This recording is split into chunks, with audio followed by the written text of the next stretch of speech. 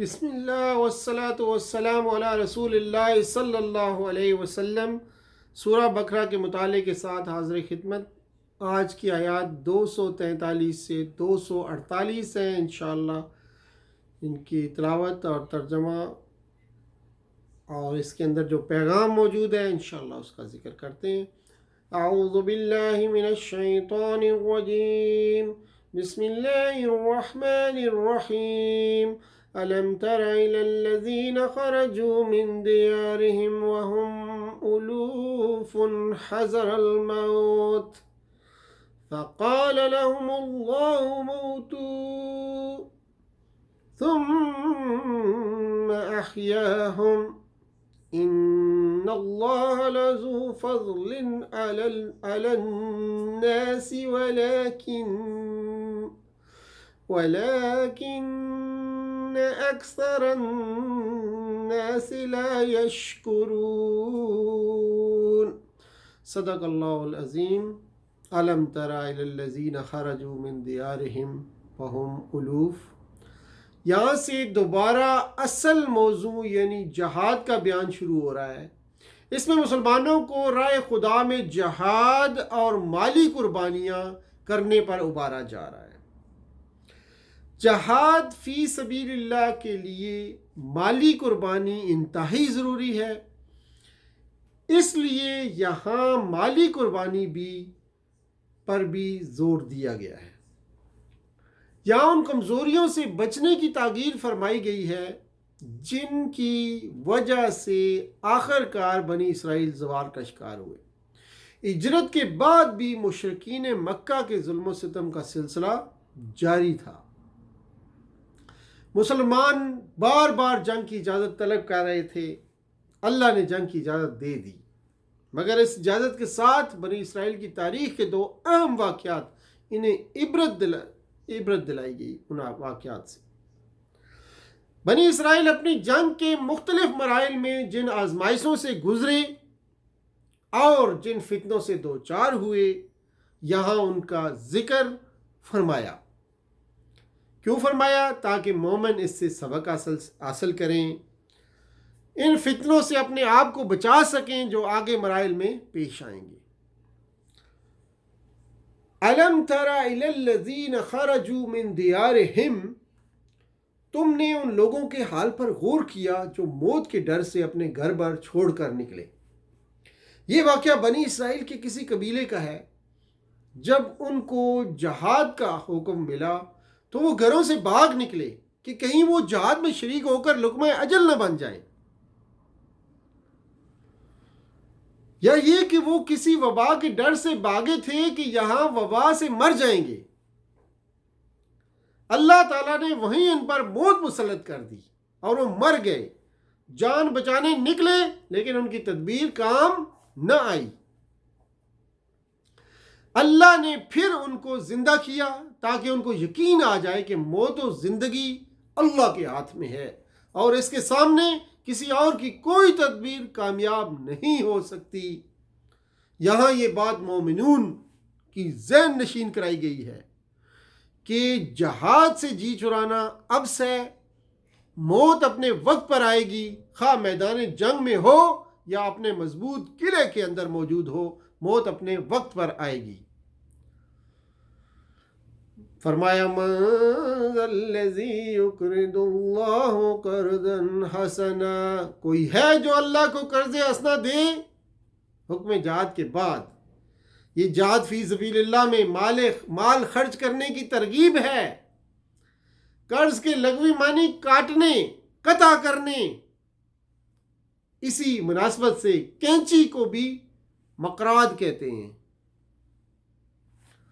مشہور مثل ہے القرض مقراض المحبہ، یعنی ادار محبت کی کینچی ہے۔ جو مال کسی کو دیا جائے اس شرط پر کہ اس کا بدل لوٹایا جائے گا، یعنی ہر وہ فعل جس پر جزا چاہی جائے قرض کراتا ہے۔ وہ مال جو ایک مقررہ میعاد کے بعد واپسی کی شرط سے دیا جائے قرض کراتا ہے۔ قرض حسنہ اسے کہتے ہیں کہ جو قرض دے کر تقاضا نہ کرے، اور اپنا احسان نہ رکھے اور بدلہ نہ چاہے اور اسے حقیر نہ سمجھے۔ 4 چیزیں۔ اللہ کو دینے سے مراد جہاد فی سبیل اللہ میں خرچ کرنا ہے یا محتاجوں، غریبوں، مسکینوں اور یتیموں کو دینا ہے۔ حسنہ کے معنی اچھا، اور اچھا وہ جو حلال کی کمائی سے ہو اور اس سے مقصود اللہ کی رضا ہو۔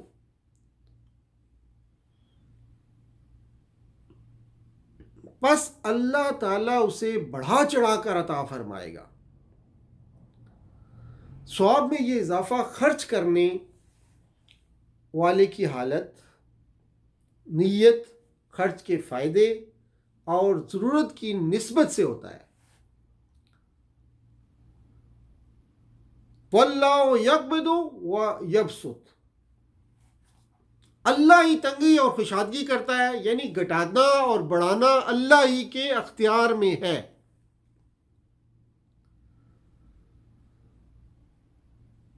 آگے آیات 246 سے 48 میں یہ دوسرا واقعہ بیان کیا جا رہا ہے۔ یہ تقریباً 1000 برس قبل مسیح کا واقعہ ہے، جب بنی اسرائیل کی توحید سے بغاوت اور بتوں کی پرستش کے نتیجے میں ان پر عمالقہ غالب آ گئے تھے۔ ان سے فلسطین کے اکثر علاقے چھین لیے تھے اور ان سے وہ تابوت بھی لے گئے تھے جو لوگ اپنے لیے برکت اور فتح کی نشانی سمجھ رہے تھے۔ اس زمانے میں حضرت سموئیل علیہ السلام اسرائیل کی حکومت سنبھالے ہوئے تھے، مگر وہ بہت بوڑھے ہو چکے تھے۔ اس لیے سرداران بنی اسرائیل نے یہ ضرورت محسوس کی کہ کوئی اور شخص جنگ کے لیے ان کا سربراہ ہو جس کی قیادت میں یہ لوگ جنگ کر سکیں۔ بنی اسرائیل میں اس وقت اتنی جاہلیت آ چکی تھی کہ اپنے نبی سے خلیفہ کی بجائے بادشاہ کا مطالبہ کیا۔ آخر کار اللہ کے حکم سے ان کے لیے طالوت کو بادشاہ بنایا گیا اور تابوت کا آنا اس کی حکومت کی اللہ کی طرف سے نشانی مقرر کی گئی۔ جنگ میں بنی اسرائیل نے انتہائی سستی دکھائی اور تھوڑے ہی لوگ لڑنے کے لیے تیار ہو گئے جن کو اللہ نے فتح نصیب کی۔ ابس بعثت سے ہے جس کے اصل معنی اٹھانے، سامنے لانے، مقرر کرنے کے ہیں۔ قبر سے اٹھنے اور نبیوں کے بھیجے جانے کے لیے بھی بولا جاتا ہے۔ ابس بعثت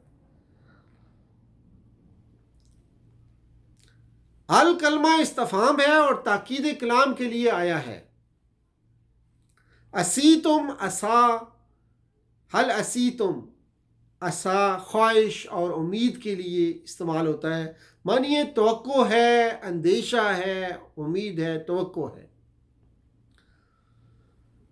ساعتن جو ہے وسعت سے ہے، فراغی کشائش کے لیے استعمال ہوتا ہے۔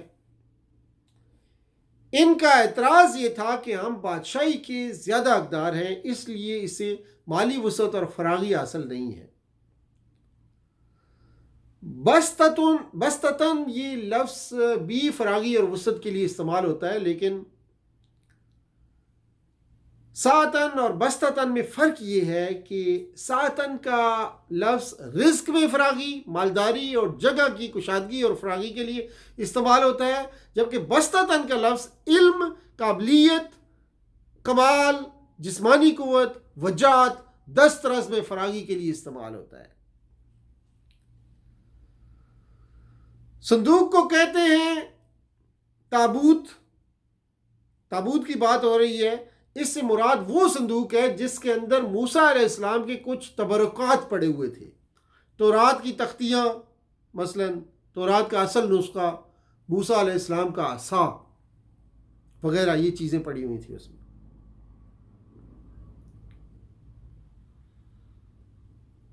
سورہ بقرہ کی آیت 247 اور 48 کی یہ جو بات تھی آپ کے سامنے پیش کی۔ اللہ تعالیٰ سے دعا ہے کہ اللہ تعالیٰ ہمیں قرآن پر عمل کرنے کی توفیق عطا فرمائے اور اس کے مطابق اپنی زندگیوں کو تبدیل کرنے کی توفیق عطا فرمائے اور دوسروں تک اس پیغام کو پہنچانے کی توفیق عطا فرمائے۔ سبحان ربک رب العزت عما یصفون وسلام علی المرسلین والحمد للہ رب العالمین، والسلام علیکم ورحمۃ اللہ۔